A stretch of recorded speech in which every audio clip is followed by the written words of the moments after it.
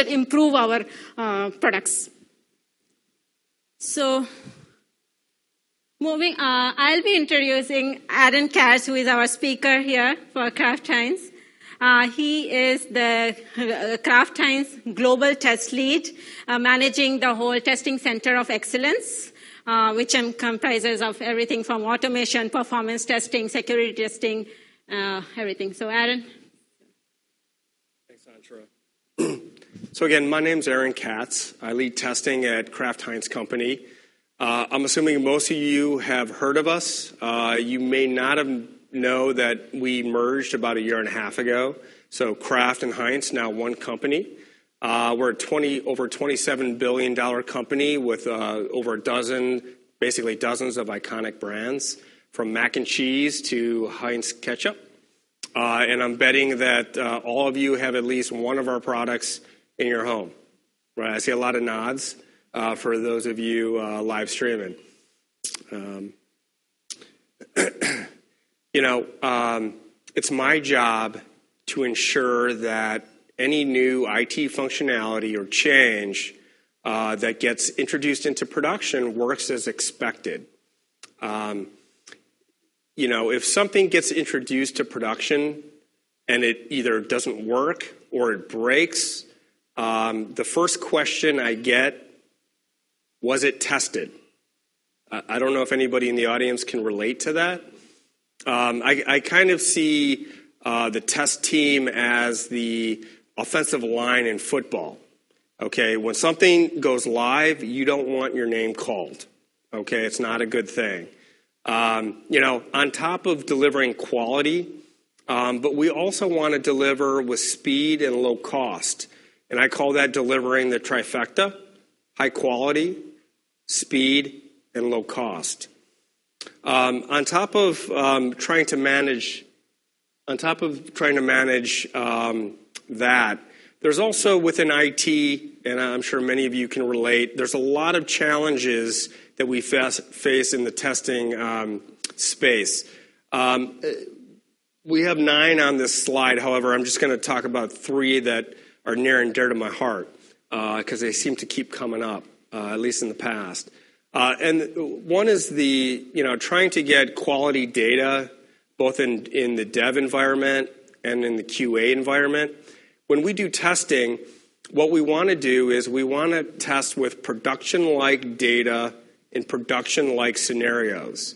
Okay, it doesn't do us any good to just take any data and use that for testing, because quite often we'll get positive negatives. Okay, and we don't want that. Another issue that we face in our programs at times is changing requirements. So we'll go through design. Okay, we'll do build. We'll get into integration testing. And then we'll find out that, oh, you know what? They want to change the design. So as we know, testing is really a compressed window. Okay, we don't have a lot of time. And since it's towards the end of the release, it adds a lot of risk. Okay, and I can't even tell you how many CRs we had come through. It really puts a challenge on testing. Another challenge that we have is end-to-end business testing. Okay, so that's where we want to follow from start to finish the entire business process, in which there's a lot of handoffs between different teams. It's hard to coordinate 3, 4, 5 different teams to try to do an end-to-end test, okay? And testing typically isn't their priority, okay? So it puts a big challenge on me, okay? So especially since it's a manual test. So faced with all of these challenges, and this is going back, say, 5, 6 years, it was really incumbent upon us to have a more efficient process when it came to testing. Okay, so that's when we partnered with Infosys to create a testing center of excellence. So the way it was before, we just had different areas do their testing within IT, okay? And it just simply wasn't efficient. So we came together with Infosys. We developed a testing center of excellence. And I know that this is a pretty busy slide, but if you look at the bottom section, what you'll see is this is within the space that we were doing testing, mainly regression testing, okay? So in 2013, you could see we were in the manufacturing, procurement, sales space, order to cash, within ERP. And then what you'll see, still looking at the bottom, year over year, we were able to increase our test coverage to additional ERP areas like master data, finance, HANA, as well as doing SAP upgrades.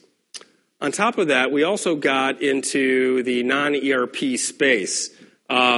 We do testing for SharePoint, mobility testing. We do a lot of Webby testing. And as you can see, again, what you're seeing in the box is all incremental, okay? And we did even more in 2015.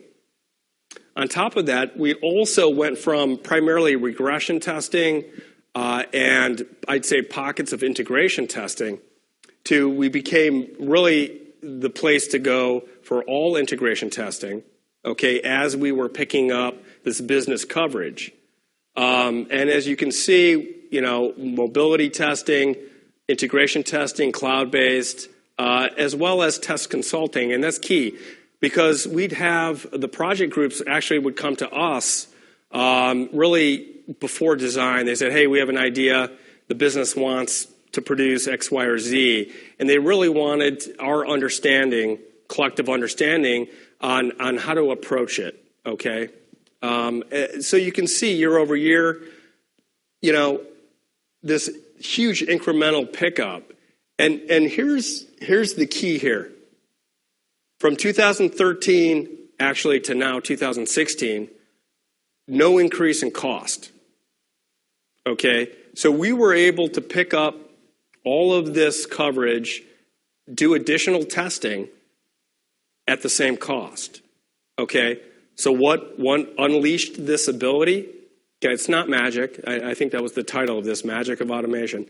It was automation. It was a lot of hard work, but it really does unlock your capacity, okay, at the same cost. And our focus areas, not just automation, but is really singling out the end-to-end business process. And when you tie automation with that, okay, rather than having 5, 6, sometimes 7 different people testing manually, we have one script for one process, okay? And as you can see, we've also, through the TCOE, we're also able to shift left. So before we used to be involved in these large programs, and we'd come in, I'd say at the end of build, we'd start building our integration test plan. But now we're actually, we start really towards, I'd say, the end of design.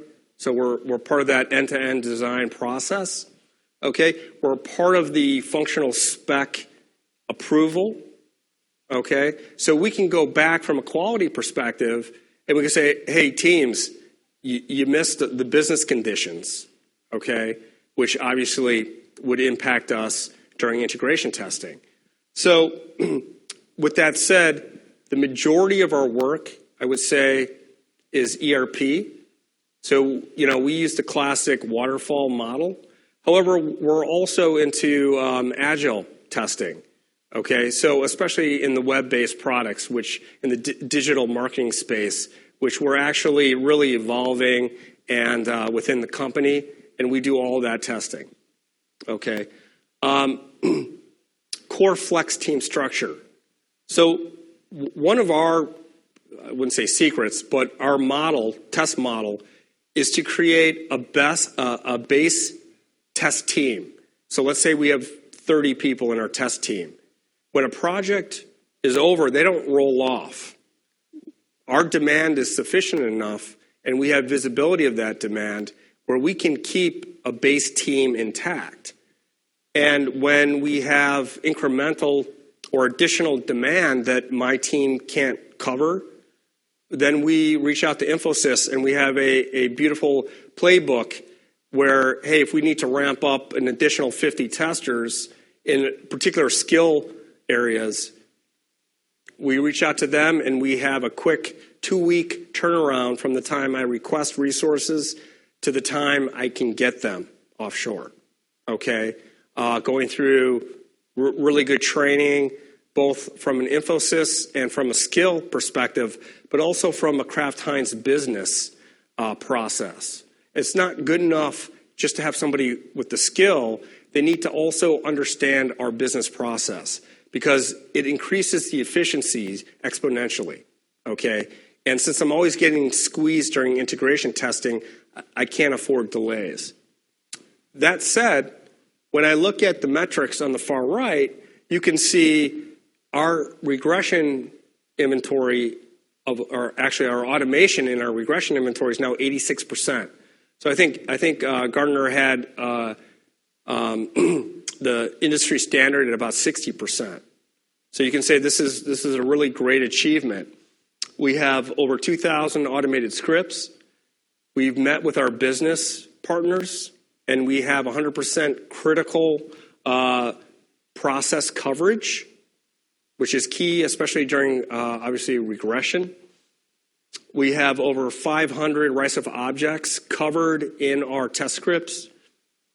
32, what I'll call core applications. Those are the applications that intersect with our ERP. We use SAP, okay? So we have 32 core applications, non-ERP, that we integrate back and forth with. And our inventory of end-to-end business scripts, over 100. So we've really been able to really evolve, and that's really what this story is. It's a journey, it's an evolution. And really, Infosys has been a wonderful partner with us. But what you can see, and really the key here is you can get there with the same initial investment. Because the efficiencies from automation, okay, not only in regression, but we use automation. I'm going to, I think on the next slide, show you a little bit. It's cost savings. So every time we run automation, I hear a cash register, okay? Because that tells me we're not doing any manual work, okay? Which is really significant. From a defect, so I'm going to go back to quality here. It might be a little hard to read, but the top box is the percent of our involvement in major releases. So what you can see is where it says pre-split, that was the pre-split with Mondelez, okay? We were only about 20% of the integration testing to where now we're, 97%. So really the question is not, hey, do you want to use us? The question is, how come you're not using us? Okay, that's what leadership asks. And what you can see is the positive correlation, and the chart on the bottom is the defect detection rate within non-prod systems. Okay, so what you can see is we had a 65%, which basically means, said another way, 35% of your total defects were coming out as incidents post-go live. Okay, not really good, okay, at all.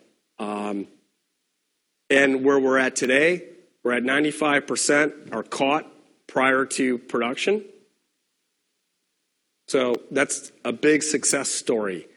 And what you see here, that nice green arrow, is we actually have delivered at least a dozen projects with 0 defects, 0 incidents.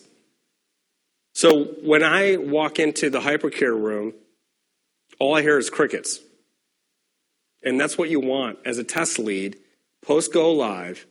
You want 0 defects. Now, obviously, you're not always going to be able to get 0 defects based on complexities, but you need to have a 0 defect mentality.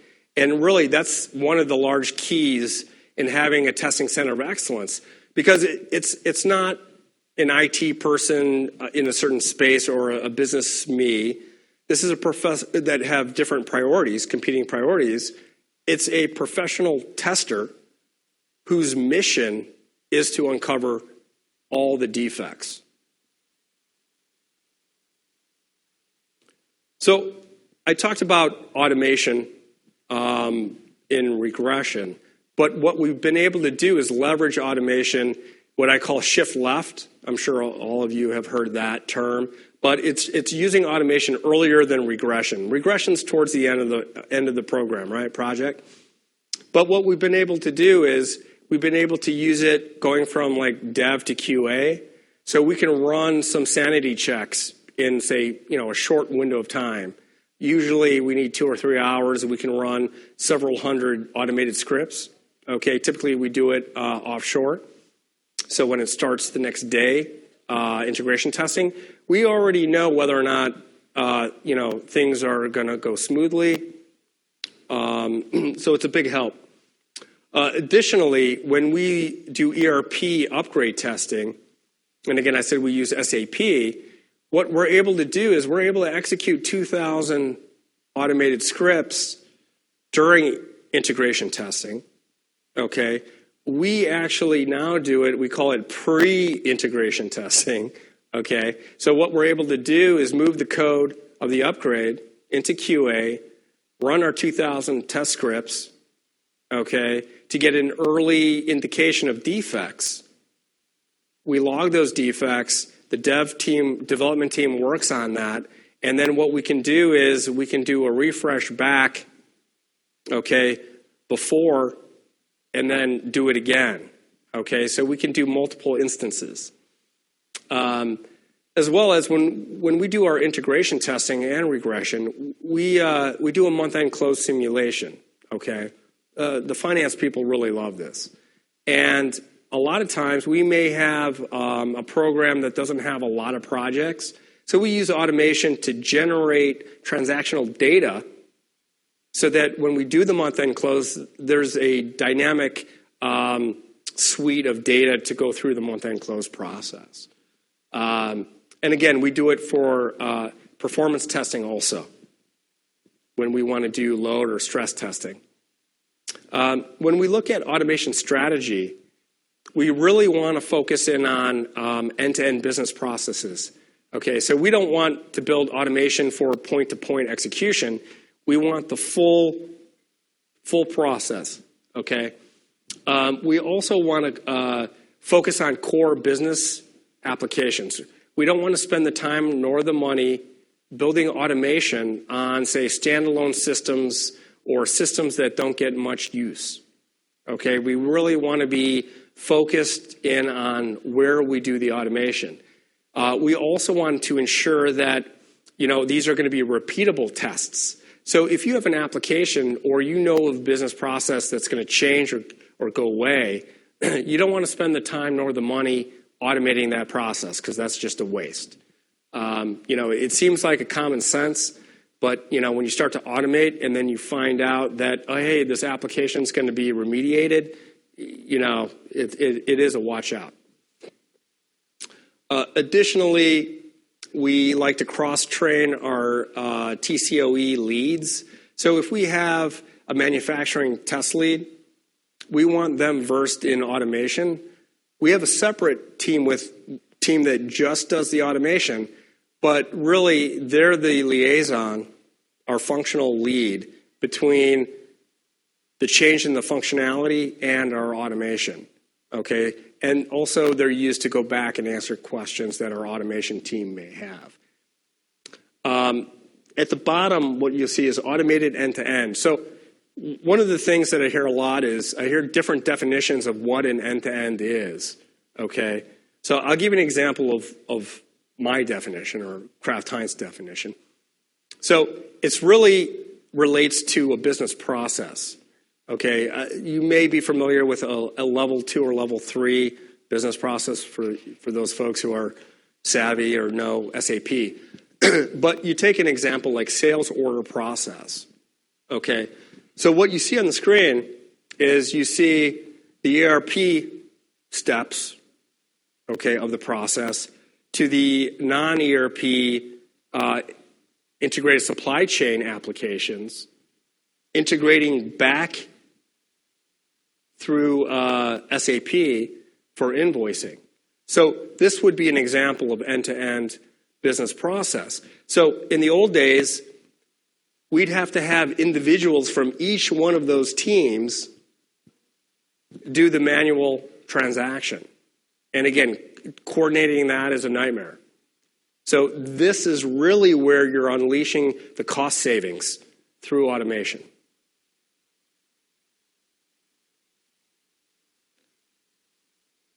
So this is just really just another graphic. On looking in 2013, this is our regression inventory. 50% was automated, 50% manual. End of 2015, we got to 86%. But it's not just a percentage increase, it's also a coverage increase. We went from 800 total scripts in 2013 to, we're at 2,300, approximately 2,300 total scripts today. Okay, so you can see huge increase in efficiency right there. I had talked early on about quality, speed, and low cost. And really, automation is the enabler to achieve that. Just looking at some of the metrics on the benefits, you can see just wider business coverage, test coverage. Our cycle time has been reduced significantly because we have such a reduced number of manual tests. And I would say becoming a one-stop shop, and this goes beyond automation, but what this has done is it has allowed us to do, test strategy, test planning, integration testing, regression testing, performance testing. We do mobile testing also. We do UI testing. So it's really allowed us to open the door at the same cost. Okay? And really, the way the business sees it, the business loves that, of course, but it also frees up the business users. They no longer have to, I don't have to chase them. Hey, can you execute, step 59? We leave them out of it. We give them an opportunity to do validation at the end. If they want to see the test results, they can have at it. But the great thing about automation is if you execute it once, it's going to run the same way every time you run it, which keeps the quality constant. Okay? So I haven't even looked at the time. So I think we're doing good. So Antra is going to talk a little bit about the challenges of automation and take you through a couple of test cases. Okay?